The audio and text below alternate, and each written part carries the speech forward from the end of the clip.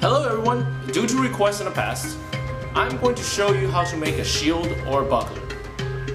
Now this is more of an advanced build, so if you're a beginner and you have not built anything like this in the past, you may want to check out other tutorials first before you take on this task. The material is a little bit more expensive and a little bit more of a material commitment, but you find that if you can master this build, you can actually use it for a lot of things and you'll get a lot of mileage out of the material as well. Okay, so what we're going to do is we're going to go ahead and make a professional looking buckler or shield. Think of this as a Viking shield. It's round, it's pretty decorated. This is where your creativity will shine. So this is what the front looks like, and this is what the back looks like. You have the strap, and you have a PVC handle. So we're going to go ahead and go over the materials just like what we always do, starting with our camp pad. This is the Ozark Trail camping pad you can get from Walmart.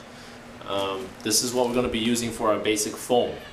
Now you can experiment with other foams, there are many out there, but for now in this build we're going to be using this one. So again, Ozark Trail camping pad you can get from Walmart.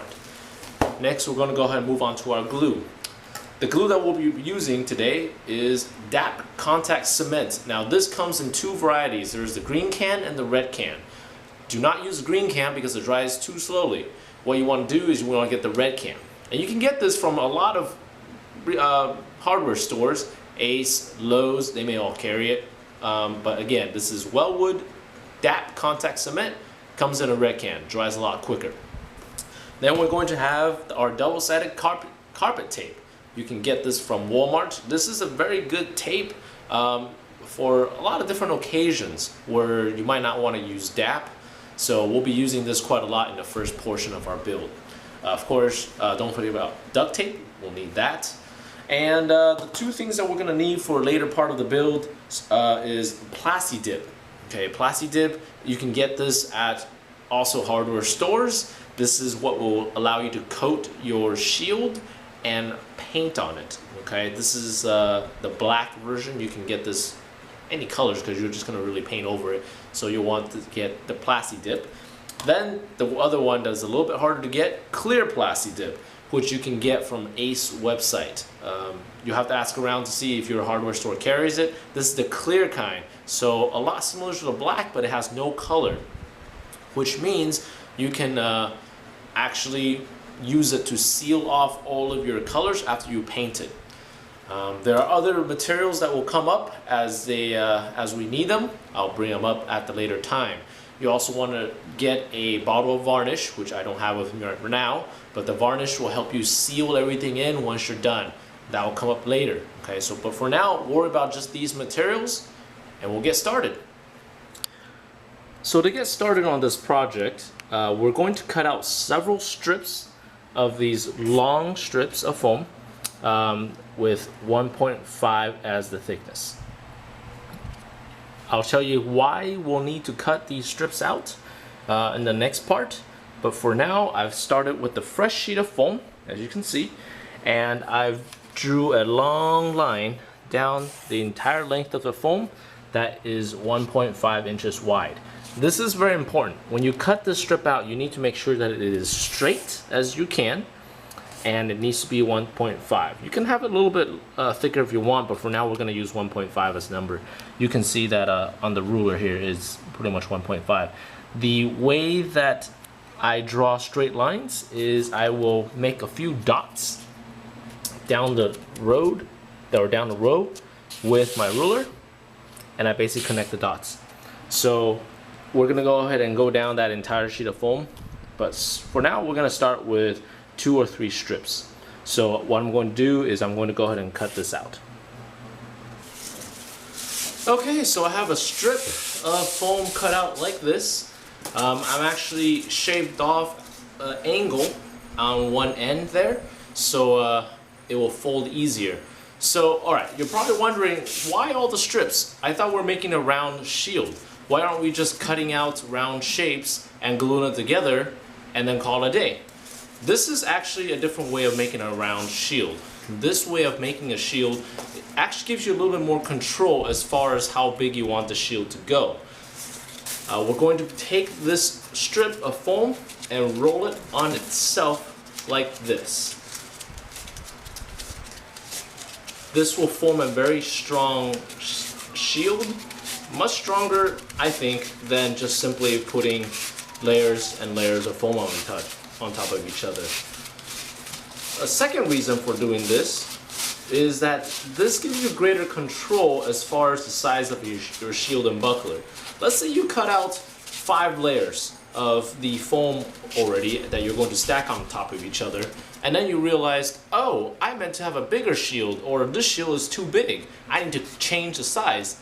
By then you've already cut out the foam, you probably already glued a few together, and you would have wasted a lot of foam. This way, if the shield is too big or small, you simply just take out more strips or add on more strips. So right now I have a spiral, the beginning of a spiral shield.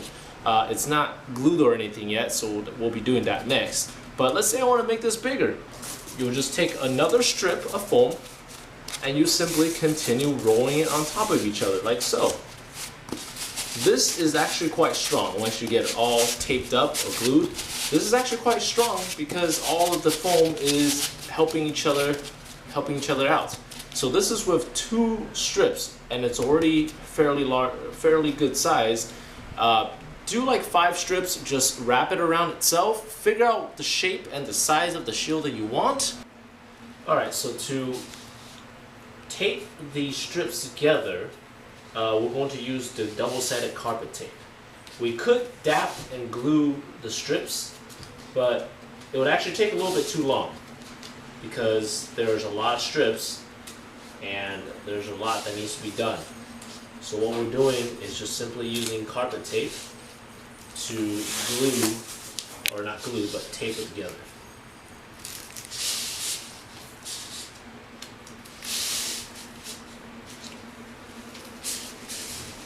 And if you never used double-sided tape before, it's actually very simple. What you're doing is you're taping it to the surface and you're actually ripping off one side of the tape.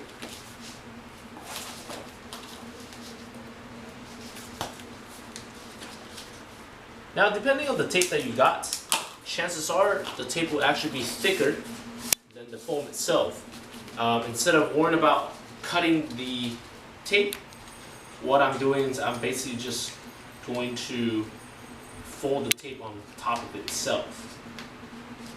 That way you get an even stronger bond. Alright, so I'm ripping off one side of the tape. Okay, and now I am folding. Now I am folding the tape on itself.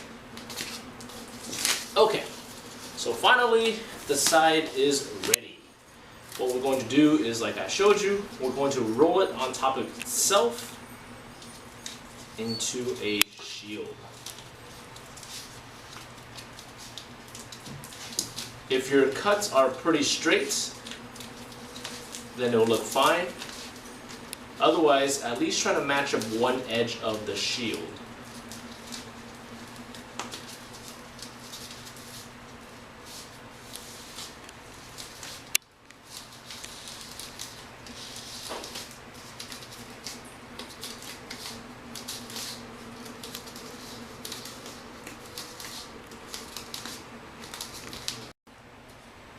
Alright, so now I am putting on my second strip.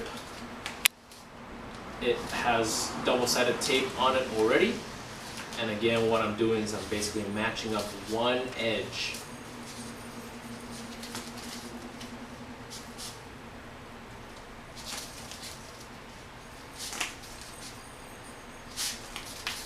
So one question that you may have is, why not use plywood? Why not have a wooden core instead of using the spiral method? That's a good question. You can add a plywood core if you would like. I don't, because I don't want to have to cut up wood if I don't have the power tools for that. It might be pretty difficult to cut wood without a saw. So that's the reason why I don't have it. And also, I tend to believe that a shield without a wooden core is safer. And again, I mean, I've used this build before and it seems just as strong, depending on how many layers you eventually stack on top of it. So for now, this is 2 layers of, or 2 strips of the foam, I should say. Start with 5. Get to the size that you want, see how big you need it, and then cut out more strips. Okay, while you're cutting out your strips of foam and taping them together, you may want to get started on a side project. You won't know what this is for until later, but believe me, this is very important. What we're going to do is we're going to first cut out 8 pieces of this rectangular piece. It is 2 inches by 3 inches. We're going to cut 8 of them out, and we're going to glue 2 sets of them together. So we're going to go ahead and glue them like this, and we're going to go ahead and glue them like this with DAP. If you never used DAP before, the way the glue works is not like any other glue that you've used. To glue 2 pieces together, for example, if I want to glue both of these 2 pieces together, I need to go ahead and put DAP on both of these sides. So I need to put DAP here, and I need to put DAP here. And the way this works is you'll have to let the surfaces sit for at least 20 minutes to 30 minutes. Just let it sit for the DAP itself to dry. And the way that you can tell if DAP is dry is you can touch the surface, and if you do not get DAP on your hands, that means it's ready. So again, what we're doing is we're gluing 2 sets of these 8 pieces together that we cut out that are 2 by 3. Again, this will seem a little bit strange why we're doing this now, but later on you'll understand why it's important to get started early. By getting started on it early, you'll have time for these pieces to dry for a later part of the project. That will save you some time down the road. So again, 8 of these pieces, and we're going to glue 2 sets of them together. Another piece that you'll see me gluing is this piece right here.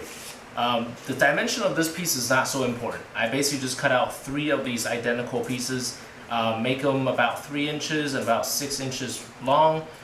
What you want to do is you want to actually glue 3 of them together to form a nice thick piece. Again, it might seem a little confusing right now, but you'll understand what it is for later. So again, to use the DAP, you want to put DAP on both of the pieces, let it sit, let it dry for about 20 minutes. Then afterwards, you want to go ahead and glue them together. I can see that it's dry because I touched the surface and it's not on my fingers. So what we're going to do is we're going to glue 2 of these little pieces together. We're going to glue 2 of those little pieces together. Okay, so these are done. We're going to put them away, weight them down with a paperweight or something. Just put them away. We'll be using them at a later part in this tutorial. As far as these 2 bigger pieces go, we'll go ahead and glue the 2 together. We're not quite done with these 2 yet, because there's still one more piece that needs to be glued. So we're going to go ahead and put glue on both sides, like so. And we're going to wait 20 minutes and then glue it together, so we'll have 3 pieces in a row. And then after you do that, we'll put it aside again to the next part of the tutorial.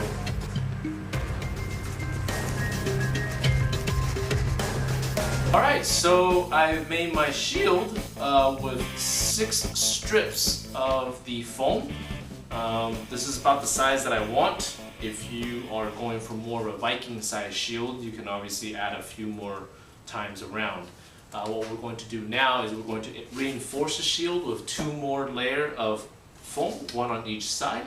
And the way we're going to do that is I'm going to put my shield on a piece of foam here. I traced out the side. It's not going to be perfectly rounded. You'll notice here that I actually cut slantwise with my razor, making it kind of a better transition instead of just ending in a corner. So I have 1 that needs to be cut, and I have cut out 1 already. And what we're going to basically do is we're going to put DAP on this side and DAP on this side, and reinforce the shield like so. and we're going to do it to the other side as well. And after we do that, the shape of the shield will be pretty much done. Alright, so I've glued down both sides of the shield. Now what we're going to do is we're going to go ahead and glue one more layer around the shield to make a nice even edge. If you measure the size of the shield that you have, it's a little bit less than 2.5 inches, so measure carefully. You also want to make sure you calculate the circumference of your shield. For me, that's about 51 inches. I put glue on the outside of the shield, and I put glue on the strip of foam here. So what I'm going to do, I'm simply matching up the edges and putting on the strip.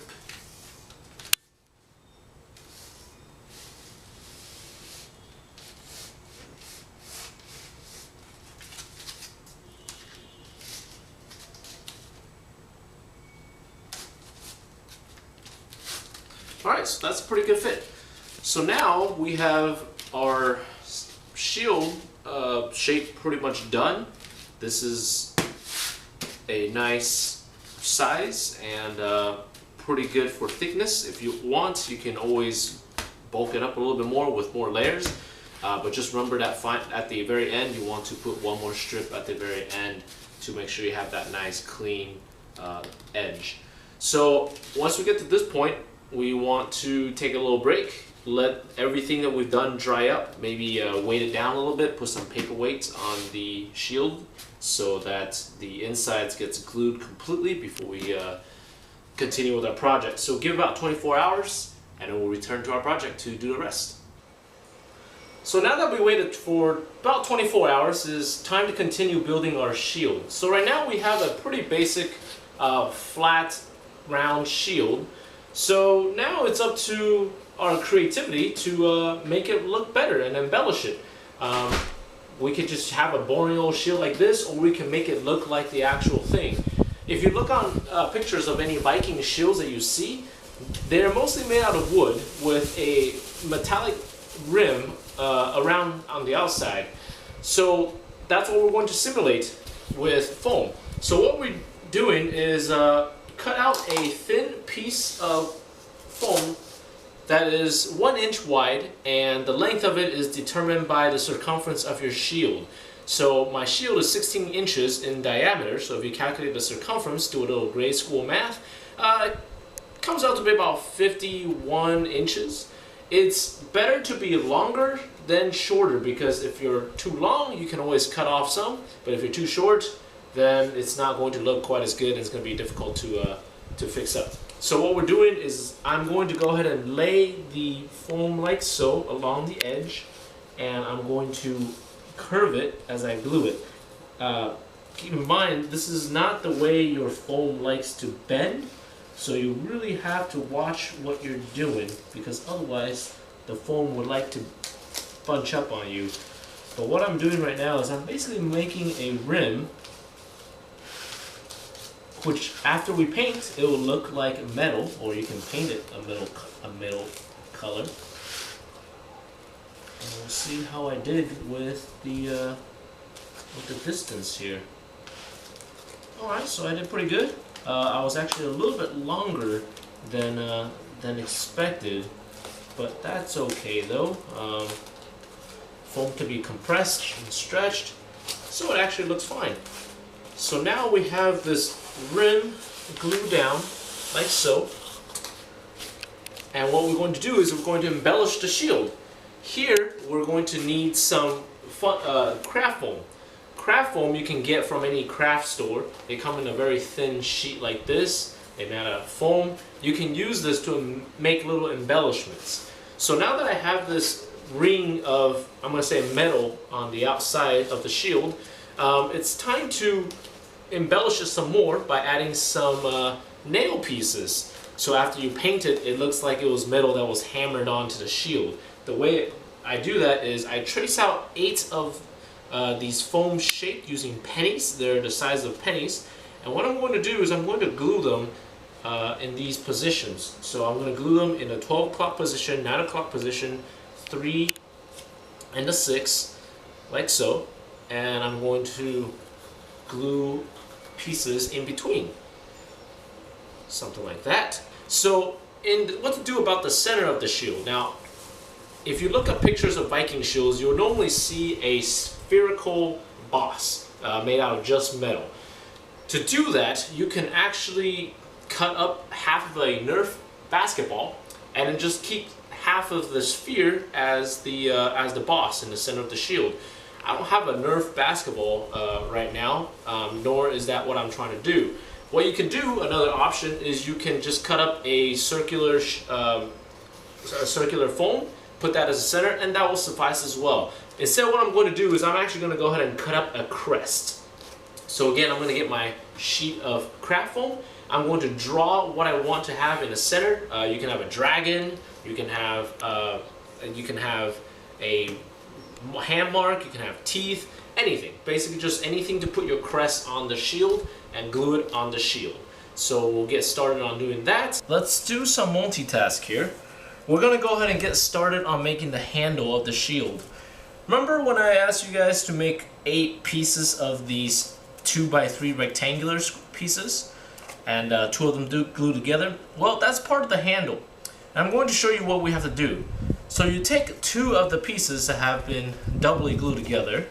We're going to make a little cut out of them, about 2 inches. We're going to make a little slot here for our handle, which I'm actually using a PVC pipe for. So I'm going to show you what we're doing. So if this is your shield handle, where your hand is, we're basically going to construct a little bit of a tray. So we're taking one of the 2x3s, we're putting this above it, and we're gluing the handle like this, and we're putting another piece on top like that. We're sandwiching the pole in the center. So same thing with this. Cut out a little bit of an indentation. The measurement is dependent on where your hand is going to be, so I won't get into that too much right now. But for me, this is about 2 inches. So again, I am going to glue this on top like so. I'm going to glue my rod inside it, and I'm going to put this like so. So that way, you'll see this has a little handle that you can glue onto your shield where your hand's going to be, so that way you can hold onto the shield. Alright, so I should have something that looks like this for the handle. It's a 1/2 inch PVC pipe.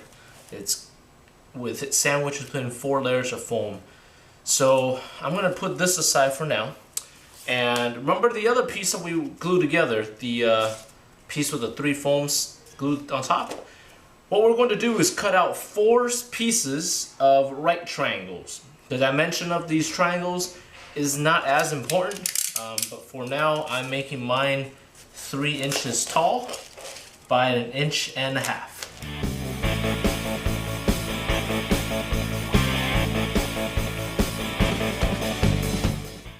Okay, so there's 4 pieces of these right triangles, and what I'm doing with these is I'm going to go ahead and glue them to the side of my little piece here that acts as a support for my handle. So I'm going to glue all 4 of them like so. Okay, so again, the dimension doesn't really matter as much. This is just to support my handle so that it doesn't wobble too much when it's on my shield. Alright, so I got it glued. So you'll see our handle here. It's got 4 pieces of these right triangles holding it together and bracing it so it doesn't wiggle. Now what we're going to do is we're going to go ahead and put a grip on this handle. We're doing this now and not later because after we glue it on the shield it'll be more difficult to do it. So to do that, I put double-sided tape on the PVC pipe itself, all around it, and I'm taking a nylon rope and I'm simply going to wrap this up like so.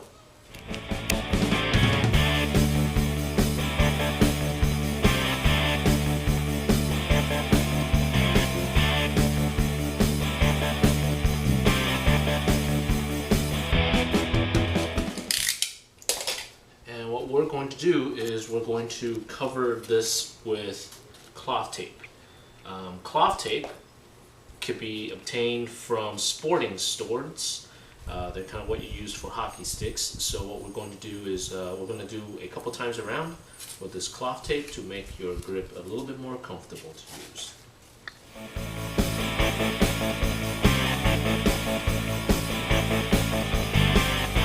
Here you see I drew out a couple of different shapes. This is for my handle, so what I'm going to do is I've already put glue on the handle after I wrapped it in the tape, and I'm going to simply just glue it like so. Now this next part here, I saved room for a open cell foam as cushion for my arm. So I've glued it, and I am going to simply slot that in there, like so.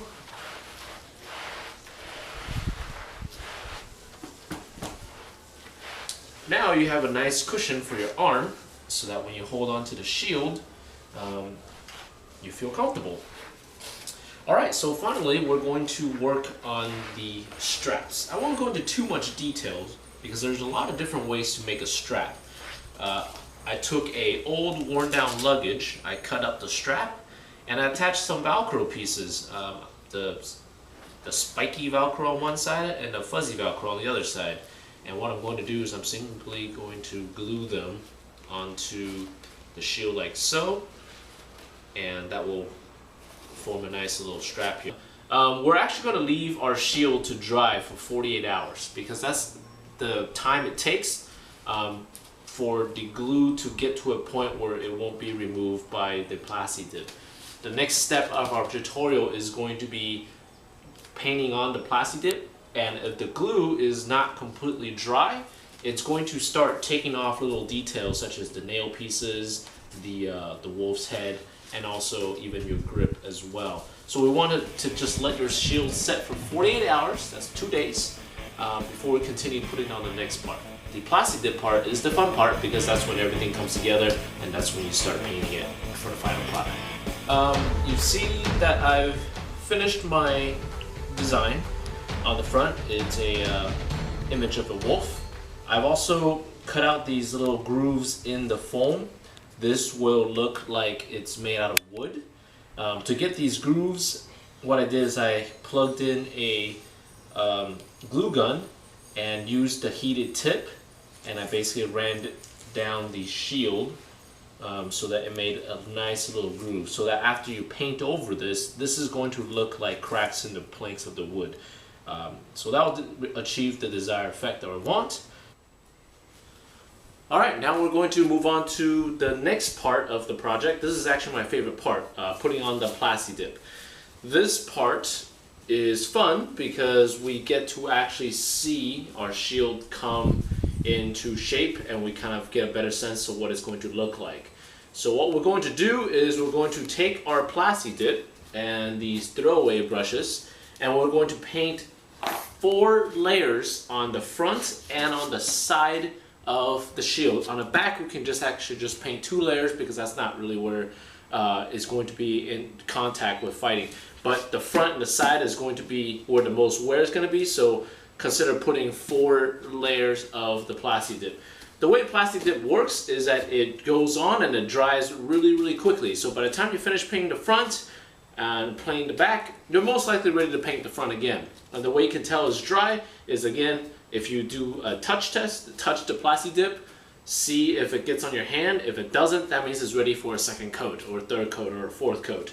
I love working with Plasti Dip because it dries really quickly, so and it's very strong. So let's go ahead and get started on that. This part is pretty self-explanatory, so we're not going to go into too much detail. Okay, so but I'll show you a little bit of what this stuff looks like when it goes on.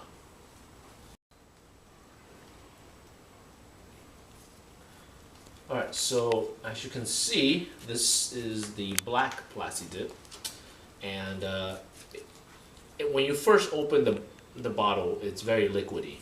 Right now, this particular bottle's been open for quite some time, so it's a little bit it's less liquidy, but it's still usable right now.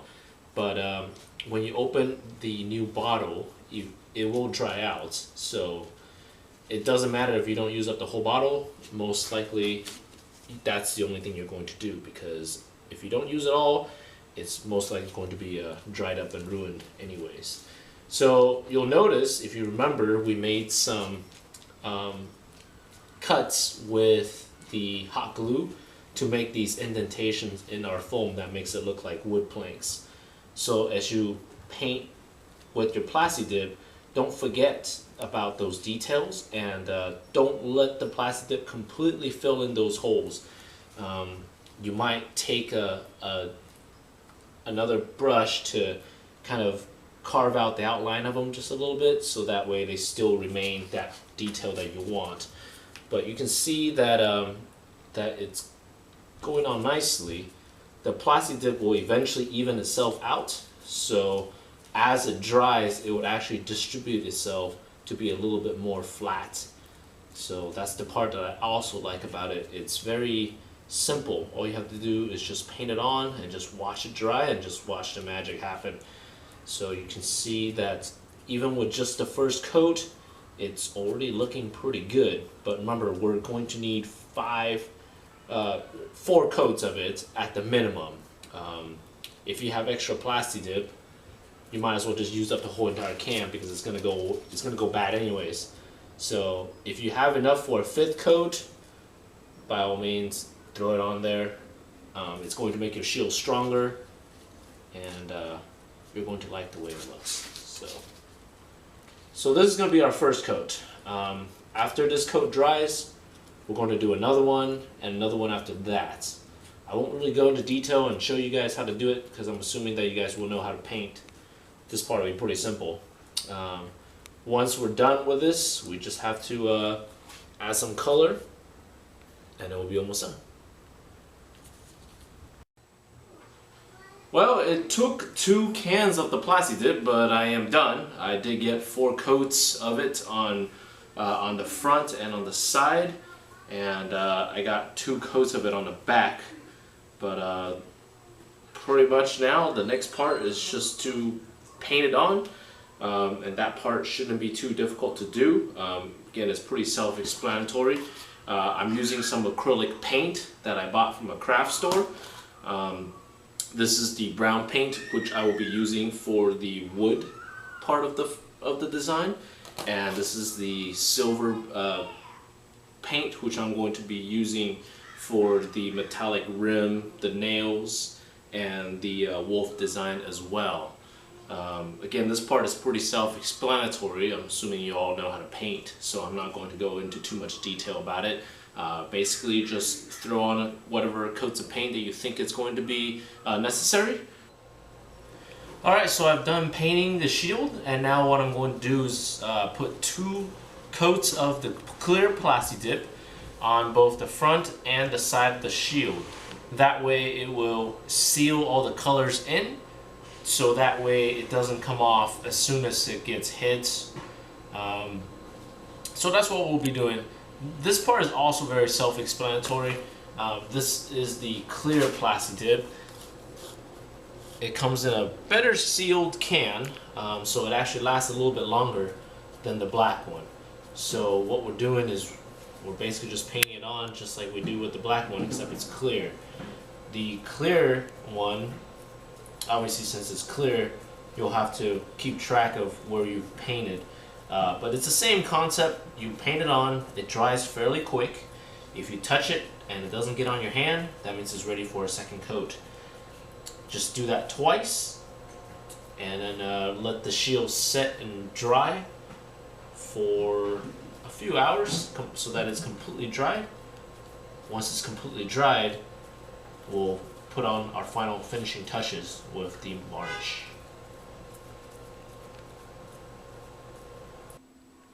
Alright, so I gave the clear Plasti Dip a couple hours to dry, so now it's pretty good. It doesn't get off on your hand anymore. It looks pretty dry at this point. We're going to finish the shield off by putting on two coats of this varnish, at least 2 coats.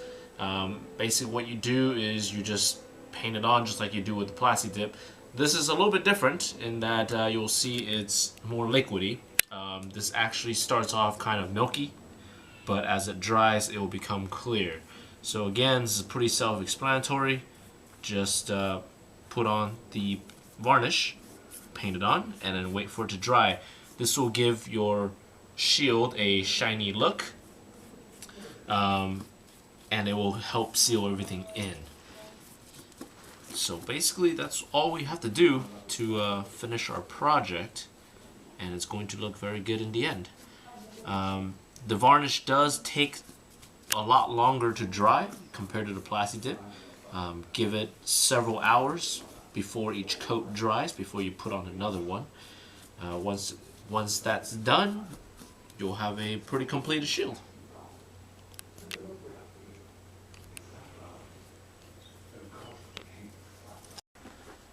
And there you have it. This is the final product.